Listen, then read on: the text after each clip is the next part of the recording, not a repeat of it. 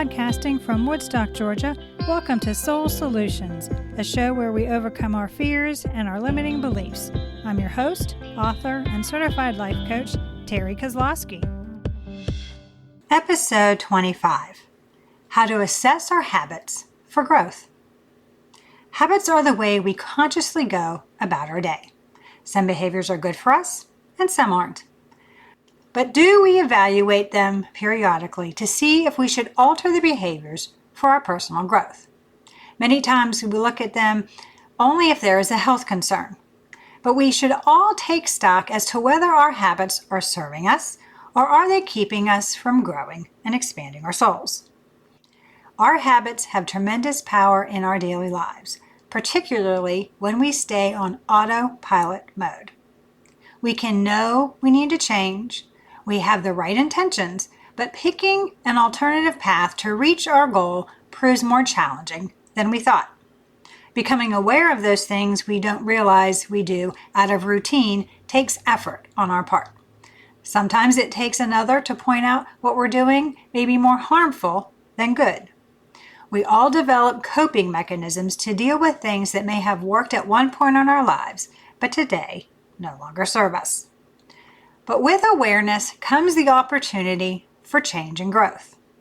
It's not just about breaking habits that no longer help us, but also about adding habits that will nurture us. By tracking our daily activities and routines, we can assess our behaviors to determine their usefulness. If they are no longer benefiting us, we can then replace them with other practices that do. Habits on our brain. Our brains like patterns. It also has many essential things to keep track of, like breathing and constricting the heart muscle so blood can be pumped throughout our bodies. So the mundane activities we do every day become habits. The automatic pilot setting our brains use is for our daily routines. Mammals are creatures of habit because it's an efficient way to go through the day. These behaviors are initiated by a cue and are habitually based on time of day, location, or another person. These signals cause us to respond in a specific pattern each time we are in the same situation. If there isn't an adverse result, the brain learns that we need the conduct, and it forms a habit over time. For instance, the alarm goes off and we stumble to the bathroom is our cue. Our behavior is to take a shower. The positive result is we feel refreshed and awake. And as we repeat these actions each day, we will perform them without thinking about the actions we are taking. It forms a habit. Now, if the return provides us with a potent reward, the habit is harder to break. For example, when we eat chocolate, neurotransmitters release dopamine and gives us a sensation of pleasure. Our brain likes dopamine. It's the critical chemical messenger that helps us form many of our habits. So when our brain knows it will feel good, it drives us to repeat the activity and becomes the default action to take. Tracking our daily habits. The best way to become aware of our routine is to write it down. To understand these patterns, we need to track our daily behaviors for 1 full week. Look at the rituals we repeat. Write down the activities based on the time of day, our morning routine, lunch activities, after work schedule, and bedtime routine. Now let's examine each one of these habits. Are they serving a purpose? Do they cause us to stay grounded? Or do they cause us stress? If we need to do them, can we put them at a different time so it doesn't sap our energy? Can what we do each day be improved upon? Are there habits we connect that may be better for us to split up? By understanding our daily routines, we can learn to maintain our energy levels, which protect us from getting overly tired during the day. Once we have assessed our behaviors and determined which ones no longer serve us, we can look at ways to replace them with practices that would be better. We can also look at adding additional ones to improve our lives. Retraining our brain. Many of us make lists each day, but that doesn't mean we accomplish all we set out to do.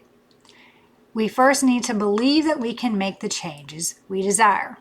Yes, we need to believe in ourselves.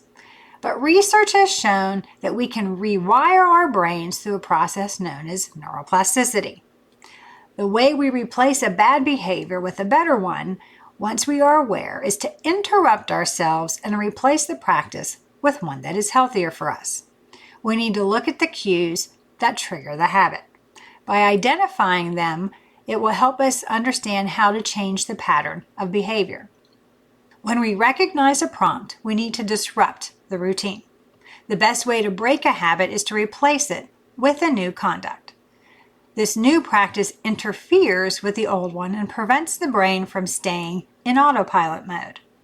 Also, keep this new behavior as simple as possible. We want our brains to have an easy transition so it becomes our new autopilot mode. Keep in mind the long-term goal of the new habit we want to integrate into our lives. This vision helps us to stay vested in the alteration we are working towards, a better lifestyle. Be persistent. Although we may struggle the first few times, we work on changing a habit, but it becomes second nature as we persist. Replacing habits with better ones. Most of us want to be healthier than we are. To achieve big goals, we need to make small changes. For example, this year I want to drink lemon water when I get up in the morning. But my routine doesn't get me to the kitchen until all I want is my morning tea, Earl Grey, hot. So, for me to have success at this new habit takes planning.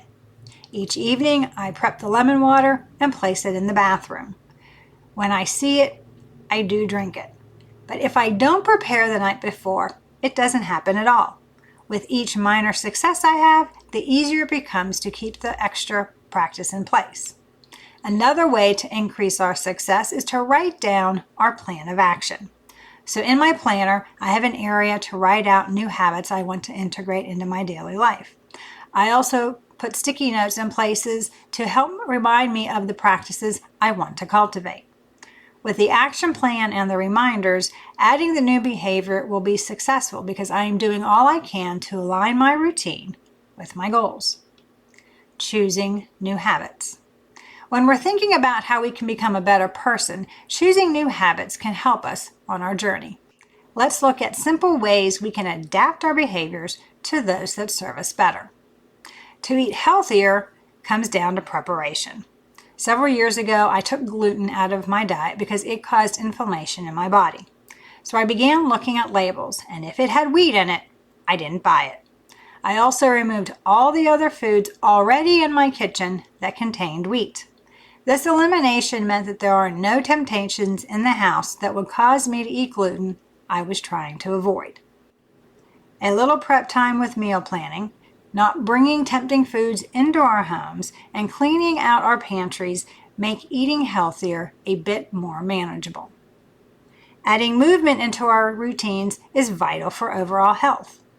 I have a very sedentary job and have never been a sports enthusiast. To add movement into my life, I brought the elliptical out of the basement and put it somewhere I'd be more likely to use it.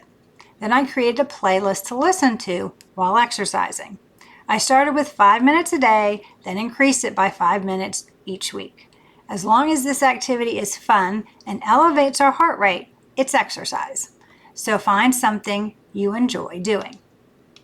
To help keep a positive attitude, I've limited mass media exposure. I stay informed, but I limit how much negative news I see. I've cleansed my social media so I only see positive and uplifting posts. I only share those things that are beneficial to others and uplifting to others. I don't shame anyone for their beliefs or feel for reactions to other people's posts. Increasing our enthusiasm for change.